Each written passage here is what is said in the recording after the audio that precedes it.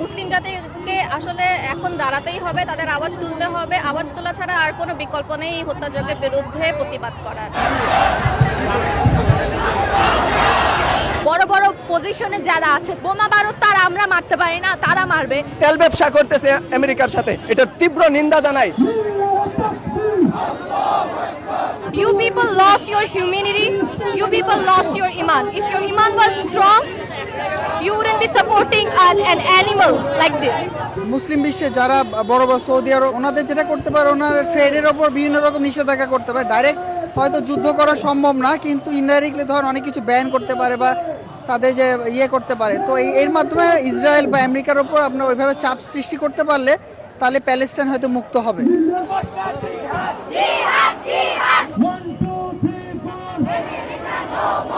যারা এখনো নিশ্চুপ বসে আছে, মুসলিম ভাইয়েরা বোনেরা, তাদের উচিত এখন হলো স্টেপ নেওয়া। তাদেরও উচিত এখন সবাই জানানো যে তারা ফিলিস্তিনের পাশে আছেন।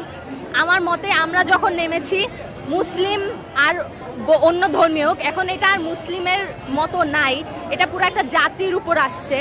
পুরা ফিলিস্তিনকে উড়ায় ফেলছে। ওখানে শুধু যে মুসলিম ছিল ওইরকম না, যারা যারা দেখতেছে সবাই মানবতার দিক থেকে এগিয়ে আসা উচিত।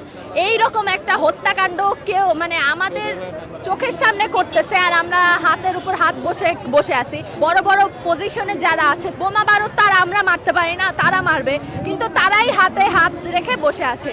উনাদের উচিত এখন সামনে এসে আমাদের দেখে এগিয়ে আসা। আমাদেরকে আওয়াজ তুলতেই হবে, আমাদেরকে আর চুপ থাকা যাবে না। যেভাবে শেষ কয়েকদিন গাজাতে আমরা দেখেছি, যেভাবে ধ্বংস, বোমার সাথে মানুষ পর্যন্ত আকাশে উড়ে যাচ্ছে, যেভাবে প্যারামেডিকদেরকে নৃশংসভাবে গুলি করে হত্যা করেছে, এটা দেখা সত্ত্বেও যে এটা একটা অ্যাম্বুলেন্স, এটার আসলে শব্দে ব্যাখ্যা করা পসিবল না। সো মুসলিম জাতিকে আসলে এখন দাঁড়াতেই হবে, তাদের আওয়াজ তুলতে হবে। আওয়াজ তোলা ছাড়া আর কোনো বিকল্প নেই হত্যাযজ্ঞের বিরুদ্ধে প্রতিবাদ করার।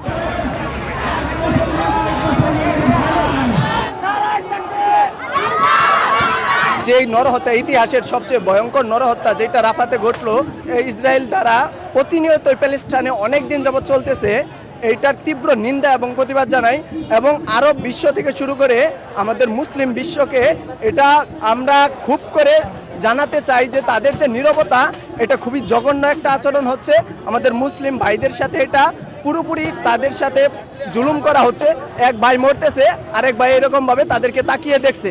এরকম ভাবে তারা তেল ব্যবসা করতেছে আমেরিকার সাথে, এটার তীব্র নিন্দা জানাই। গাজায় আমার ভাইয়েরা মৃত্যুবরণ করে, যখন গাজায় আমাদের শিশুরা, মহিলারা এরকম ভাবে পানি ছাড়া এরকম ভাবে খাদ্য অভাবে মরতেছে, সেই সময় তারা আমেরিকার সাথে সুসম্পর্ক রাখার জন্য তেল ব্যবসা করতেছে।